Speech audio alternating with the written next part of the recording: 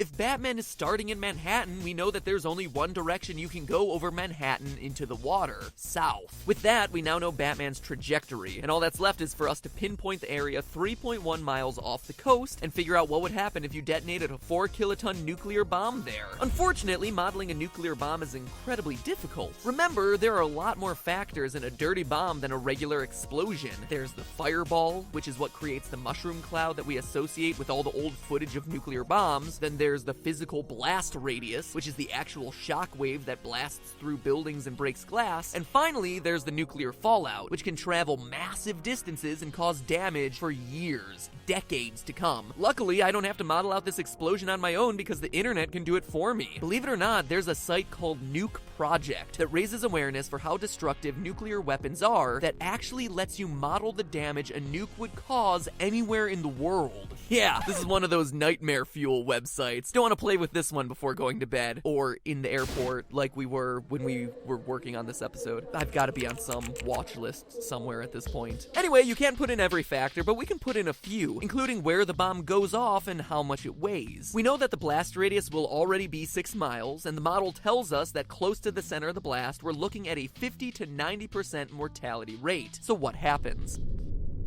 At 3.1 miles offshore, buildings in Jersey City, Brooklyn, and Staten Island would instantly collapse. Everyone from the bottom of Staten Island to northern Manhattan would have third-degree radiation burns. Even though the fireball would be mostly contained in the water, our model does show that almost 6,000 people are going to die immediately, with another 245,000 people being injured from collapsed buildings and radiation. It's important to remember, too, the bomb doesn't have to go off in the water for that to happen. The most famous devastating nuclear explosions, like the one in Hiroshima, didn't happen with the bomb on the ground. It happened when the bomb exploded 600 meters above ground level. Just like in our scenario with Batman, the bomb exploded in midair, which was actually more destructive than it might have been on the ground. According to this simulation, even structures that weren't destroyed would take damage. As far as Queens and northern Manhattan, all the windows and car windshields in lower Manhattan would break, the Empire State Building would literally sway, and the Chrysler Building would have floors of broken glass. People would die across 3 boroughs of the city. And believe me, I'm not saying any of this lightly. This is incredibly scary stuff.